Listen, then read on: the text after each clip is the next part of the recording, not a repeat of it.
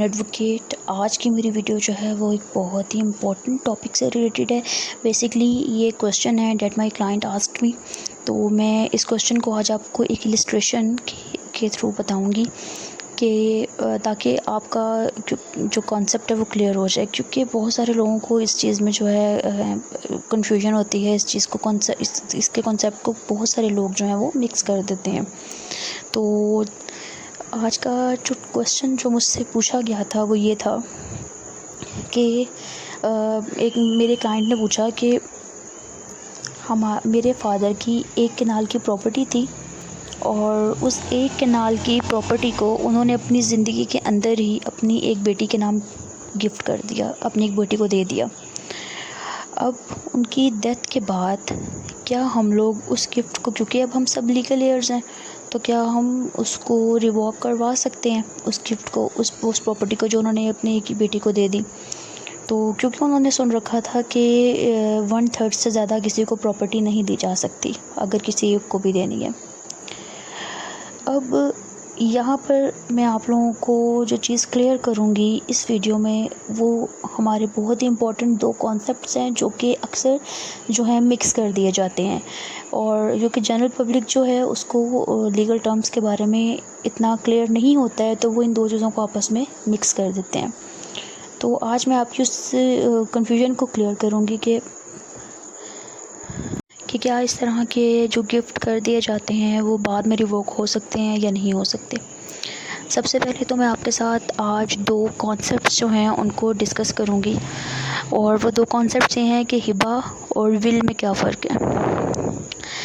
सबसे पहले अगर हम हिबा की बात करें तो हिबा ये है कि किसी भी इंसान ने अपनी लाइफ के अंदर किसी को भी कोई चीज़ दे दी, गिफ्ट कर दी, तोहफ़ातन दे दी। अब उस गिफ्ट को सिर्फ़ और सिर्फ जो इंसान गिफ्ट कर रहा है सिर्फ़ और सिर्फ वो रिवॉक करवा सकता है, और कोई भी रिवॉक नहीं करवा सकता। और विल क्या है कि कोई इंसान ये वसीयत कर देता है कि मेरे मरने के बाद मेरी ये प्रॉपर्टी, मेरी ये जायदाद इसके नाम कर रहा हूँ मैं सारी की सारी। अब इन 2 कॉन्सेप्ट्स में क्या डिफरेंस आ गया। अब जो पहला मैंने आपको बताया उसमें यह था कि आप किसी भी एक के नाम अपनी ज़िंदगी में वो चीज़ उसको दे रहे हैं, वो तो आ गया गिफ्ट में। विल में क्या हो गया, आप 1/3 से ज़्यादा विल नहीं कर सकते हैं किसी एक के नाम। आपने अपनी लाइफ में ये कह दिया, अपनी ज़िंदगी में ये कह दिया कि मेरे मरने के बाद, अब जहाँ आपने कंडीशन सेट कर दी कि मेरे मरने के बाद, तो वो चीज़ किस में आएगी, विल में। तो आप विल जो है वो 1/3 से ज़्यादा नहीं कर सकते हैं। उसमें एक बार है आपके ऊपर, वो ये बार है कि आपने अगर किसी के नाम कोई चीज़ ट्रांसफ़र करनी है तो वो आप फिर 1/3 से ज़्यादा इस सूरत में नहीं कर सकते अगर वो विल हो तो।